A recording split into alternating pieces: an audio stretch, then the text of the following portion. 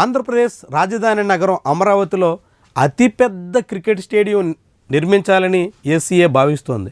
దానికి తగ్గట్టుగా సన్నాహాలు చేస్తుంది. ఇప్పటికే దేశంలో అహ్మదాబాదులో ఉన్న నరేంద్ర మోదీ క్రికెట్ స్టేడియమే అతి పెద్దది. సుమారు 1,10,000 మంది వరకు అక్కడ గ్రౌండ్లో కూర్చునేందుకు అవకాశం ఉంది.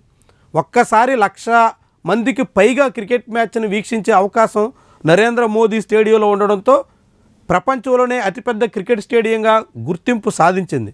ఇప్పుడు ఆ రికార్డ్ని బ్రేక్ చేసేందుకు అమరావతిలో అంతకు మించి పెద్ద క్రికెట్ స్టేడియాన్ని నిర్మించేందుకు తగ్గట్టుగా సన్నాహాలు చేయబోతున్నట్టుగా ఏసీఏ చెబుతోంది. ఏకంగా 1,30,000 మంది సిట్టింగ్ కెపాసిటీతో క్రికెట్ స్టేడియాన్ని నిర్మించాలని భావిస్తుంది. మరి అది ఎప్పటికీ కార్యరూపం దాలుస్తుంది, ఏ రీతిలో ముందుకొస్తుంది చూడాలి. సరిగ్గా అదే సమయంలో అతిపెద్ద క్రికెట్ స్టేడియం నిర్మించడంతో పాటుగా అమరావతి కేంద్రంగా జాతీయ క్రీడలు కూడా నిర్వహించబోతున్నట్టుగా చంద్రబాబు చెబుతూ వస్తున్నారు. అలాంటి సమయంలోనే తాజాగా ఉత్తరాఖండ్లోని డెహ్రాడూన్లో జరుగుతున్న జాతీయ క్రీడల్లో ఆంధ్రప్రదేశ్ పరువు పోయింది.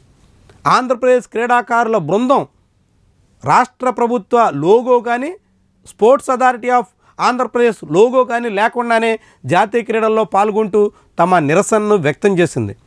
ఆంధ్రప్రదేశ్ ప్రభుత్వం నుంచి స్పోర్ట్స్కు సంబంధించినటువంటి అసోసియేషన్లకి ఎటువంటి సహకారం దక్కడం లేదంటుగా క్రీడా సంఘాలు ఆందోళన వ్యక్తం చేస్తున్నాయి. తమ నిరసనను వ్యక్తం చేసేందుకు జాతీయ క్రీడలను వేదికగా చేసుకున్నాయి. జాతీయ క్రీడల వేదికగా అన్ని రాష్ట్రాలు తమ తమ రాష్ట్ర ప్రభుత్వ లోగోలతో క్రీడల్లో పాల్గొంటుంటే ఆంధ్రప్రదేశ్ క్రీడాకారులు మాత్రం ఎటువంటి లోగోలు లేకుండా మార్చ్ ఫాస్ట్ కూడా నిర్వహించేశారు. ఇది రాష్ట్ర పరువును తీసిన వ్యవహారంగా అంతా భావిస్తున్నారు.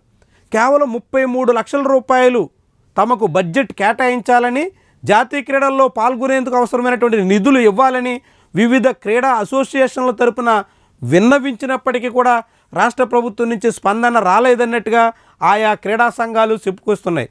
రాష్ట్ర ప్రభుత్వం నుంచి తమకు ఎటువంటి సహకారం అందనప్పుడు రాష్ట్ర ప్రభుత్వ లోగో తామెందుకు ధరించాలన్నట్టుగా వాళ్ళంతా ప్రశ్నిస్తున్నారు. దాంతో ఈ వ్యవహారం జాతీయ స్థాయిలోనే చర్చకు ఆస్కారం ఇచ్చింది. ఏకంగా ప్రధానమంత్రి చేతుల మీదుగా ప్రారంభమైనటువంటి జాతీయ క్రీడల్లో దేశమంతటి దృష్టిని ఆకర్షించేటువంటి జాతీయ క్రీడా వేదిక మీద ఆంధ్రప్రదేశ్ ప్రభుత్వ పరువు తీసే వ్యవహారంలో రాష్ట్ర ప్రభుత్వ క్రీడా సంఘాల పెద్దల తీరుని, రాష్ట్ర ప్రభుత్వ వ్యవహార శైలిని, ముఖ్యంగా స్పోర్ట్స్ అథారిటీ ఆఫ్ ఆంధ్రప్రదేశ్ వ్యవహారాన్ని అందరూ తప్పుపడుతున్నారు. కేవలం క్రీడాకారుల కోసం జాతీయ క్రీడల్లో పాల్గొనేందుకు 33 లక్షల రూపాయల బడ్జెట్ను కూడా విడుదల చేయలేనటువంటి పరిస్థితిలో ఆంధ్రప్రదేశ్ ఉందా అంటూ ప్రశ్నిస్తున్నారు. ఈ రీతిలో ఆంధ్రప్రదేశ్ క్రీడా సంఘాల తగినటువంటి నిధులు కేటాయించడంలో కానీ, క్రీడాకారులు సన్నద్ధమయ్యి పోటీల్లో పాల్గొనేందుకు తగిన సహకారం కానీ రాష్ట్ర ప్రభుత్వం అందించకపోతే ఎట్లా అనేటువంటి ప్రశ్నలు ఉత్పన్నమవుతున్నాయి. ఒకవైపు జాతీయ క్రీడలు నిర్వహిస్తాం, దేశంలోనే అతిపెద్ద క్రికెట్ స్టేడియాలు నిర్మిస్తాం అని పెద్ద పెద్ద మాటలు చెప్తున్నటువంటి ప్రభుత్వ హయాంలోనే కేవలం 33 లక్షల రూపాయల నిధులు వెచ్చించడానికి కూడా మనసు అంగీకరించకపోవడం దేనికి సంకేతం అనేటువంటి ప్రశ్నలు కూడా వినిపిస్తున్నాయి. ఇలాంటి తీరుతో ఆంధ్రప్రదేశ్ రాష్ట్ర ప్రభుత్వ పరువుని తీసేసినటువంటి వైనం మీద ఎప్పటికైనా స్పందించాలని అంతా కోరుతున్నారు. క్రీడా సంఘాల పెద్దలతో మాట్లాడి రాష్ట్ర ప్రభుత్వం తరపున పాల్గొంటున్నటువంటి క్రీడాకారులందరూ కూడా లోగోలు ధరించేలా చొరవ చూపాలని అంతా కోరుతున్నారు. ఇలాంటి పరిస్థితి ఎక్కడి వరకు రావడం మీద అందరూ విస్మయం వ్యక్తం చేస్తున్నారు. మరి ప్రభుత్వం జోక్యం చేసుకుంటుందా? క్రీడా సంఘాలకు అవసరమైన బడ్జెట్ ఇస్తుందా?